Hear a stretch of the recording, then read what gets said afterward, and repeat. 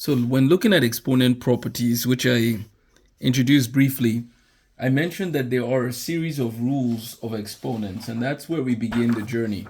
There are two skills that are necessary to understand rules of exponents. The first is the actual properties of exponents. Here are some examples of the properties of exponents.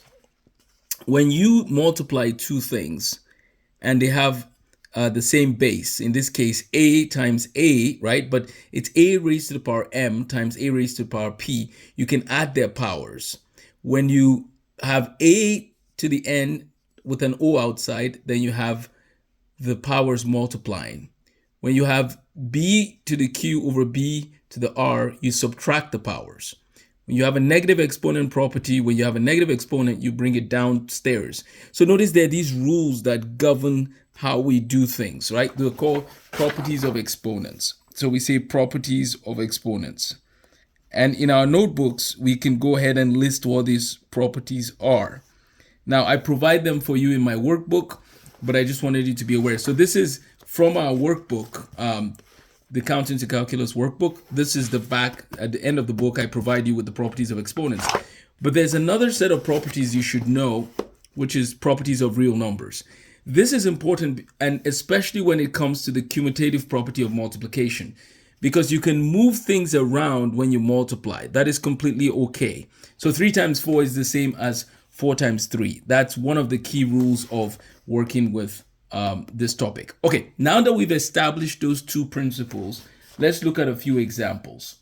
So make sure you have the properties of exponents somewhere so that you can always refer back to. In our book here, this is the Algebra 1, Algebra 2 one, Volume 2. And these concepts actually can prepare you for college algebra, which comes with college credit. But at the end of the book, you have a reference guide. But let's go here to properties over exponents. Well, we've talked about it briefly. Let's look at a few examples. What happens when you have 4 raised to the power 3 divided by 4 raised to the 5th power? This is the same thing as 4, 3 minus 5, which is equal to 4 to the negative 2nd power.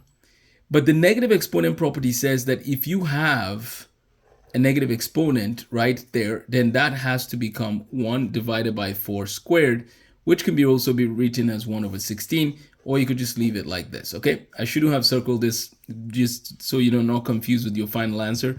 I would say you can leave this as a final answer or that, depending on what the question asks you specifically. So this would be an example, right? So you can write the principles, the properties of exponents. We provide that for you, but you can write it in your own, with your own writing, right? And now we've done an example. Let's do a few more examples. What happens when you have things like 6 squared times a to the 4th times 6 to the 5th times a to the 7th? Remember when I said the commutative property of multiplication? You can move the 6's and put them next to one another. Do you see what we just did? We moved the 6's next to one another. And then a to the 4th and a to the 7th, we put it next to one another. Then we go back to the rule that we know, which is that we can add the powers if the bases are the same. So that's 6 to the 7th power times a to the 11th power. So I added the powers. Now, technically, when you're doing rules of exponents, think of it this way. Rules of exponents, this is the skill of up here, rules of exponents. But before you can do the rules of exponents, you need to look at the prerequisite skill, which will be properties of real numbers. That's a prerequisite. But then you also need to know how to add and subtract, right?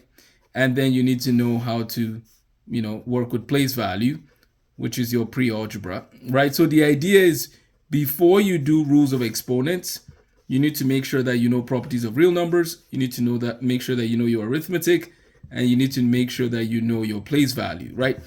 Every topic in math, think of it that way. What is the topic I'm working on?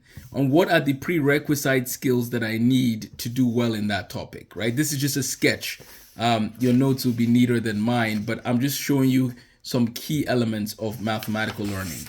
So when it comes to exponent properties, what do we do when we have negative 9m to the 4th times 5m to the 8th? Well, this and this are the constants in the question. So if you put negative 9 like this, here's what I'm going to do. I'm actually going to remove the parentheses and just allow multiplication to flow right through.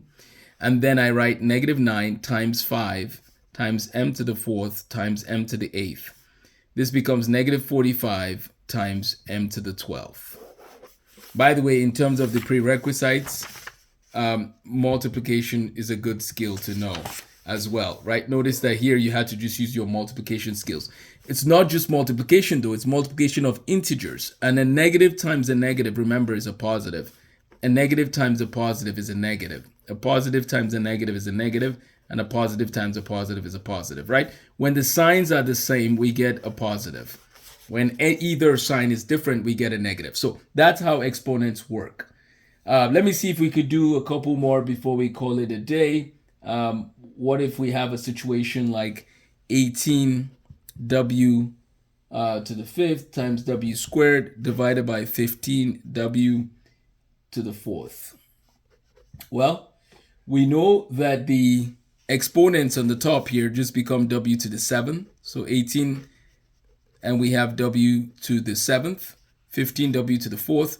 What happens to these two, w to the 7th and w to the 4th? Remember, the rules of exponents say that you can subtract the powers. So that's 18 over 15 and w to the 3rd. By the way, I could do multiple steps in one, but I want to focus and go step by step. In this case, there's actually an interesting trick. Let me just say this as we wrap up our video. 18, if you were to prime factorize, right, which is interesting because now if I go back to this chart I was creating, notice that prime factorization would be one of the prerequisites for this topic, right? So prime factorization, arithmetic skills, properties of real numbers are good skills to have before you do rules of exponents. So prime factorize. Okay, if you take 18, you could break it down to 2 times 9 and then break it down to 3 times 3. If you take 15, you can break it down to 3 times 5. I can rewrite this as 2 times 3 times 3, w cubed, divided by 3 times 5.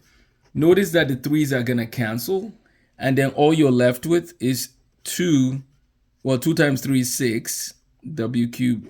So the answer is 6 over 5 w cubed. So that's how we work with rules of exponents. Let me know if you have any questions, but this is just to get the stage set. We could do more with negative exponents. So this workbook provides you with a guide for going step by step. So we can look at negative exponents in the next video. Let me know if you have any questions. Take care and have a blessed night.